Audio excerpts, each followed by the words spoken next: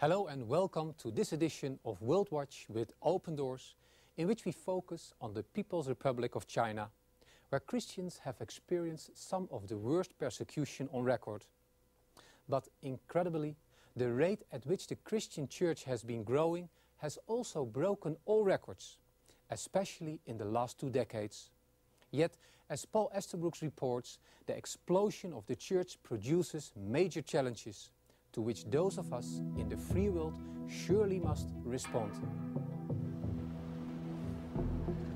It looks like just another of the great capitalist cities of the world, doesn't it? But to think so is to be deluded.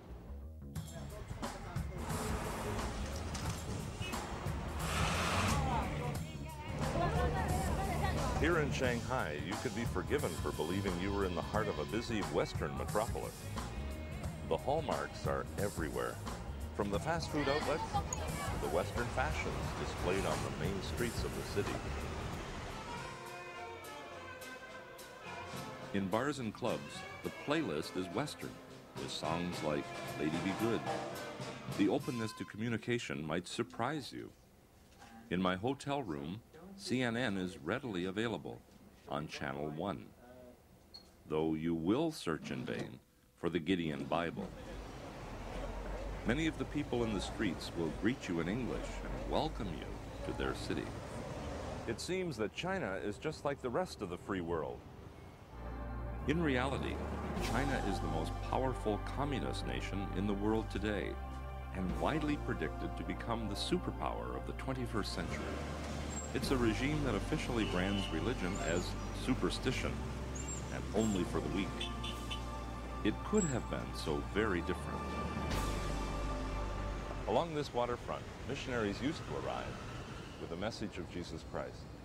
From here, they traveled inland throughout the country. One of the best known among them was Hudson Taylor, who walked these very streets, dreaming of the day when the gospel would be shared with everyone throughout the country of China. The man we now know as Chairman Mao had different ideas. Had it not been for one of the most dramatic revolutions in the world, Chinese people today might be living in a democracy.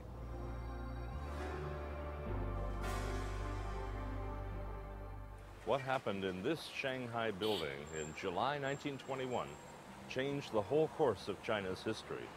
It's here that 12 conspirators met in what was the first meeting of the Chinese Communist Party.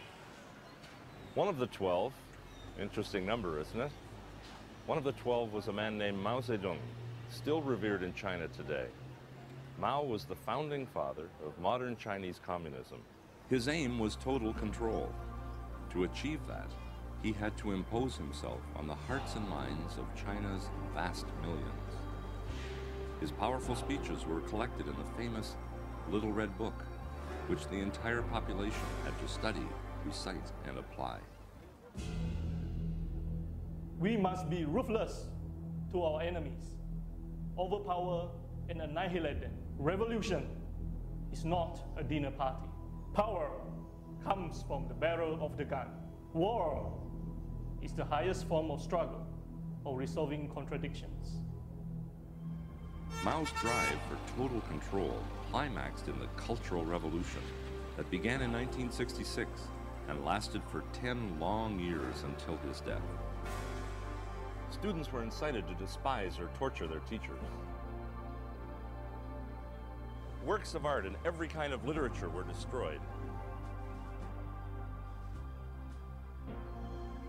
Red Guards ransacked the homes of the educated or religious. Young people were forced to inform on their parents. Self-criticism sessions intensified. Many of them ended with suicide. Doctors and surgeons were forced to clean hospital toilets and floors. I received medical training in the Peking Union Medical College, so they think I must be treated even more severely. I said, you have been training clean the streets for me to use. Now it's my turn to clean the streets for you to use. Part of the heritage to be swept away was, of course, the Christian church. I was one of the leaders in the Youth Red Guards. My family were Christians, and so I hated them and turned against them. I made sure they were blacklisted and their homes were raided. I personally handed over my parents' Bible and hymn books to be burned in public. In Shanghai alone, nearly 300 churches were closed in just 1 month. But Mao's strategy did not work. Today in this very city, there are estimated to be at least 20,000 unregistered house churches. Can you see what an obstacle, what an impediment the Christian church was to the revolutionary plan? But can you also see how living faith was so vital to those subjected to political bondage? A faith they would not relinquish, whatever the cost. The stage was set for dramatic conflict.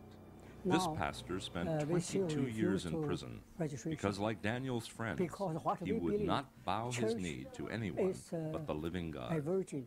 Professor Chen taught music at the university. He also composed many Chinese hymns and was an accomplished pianist.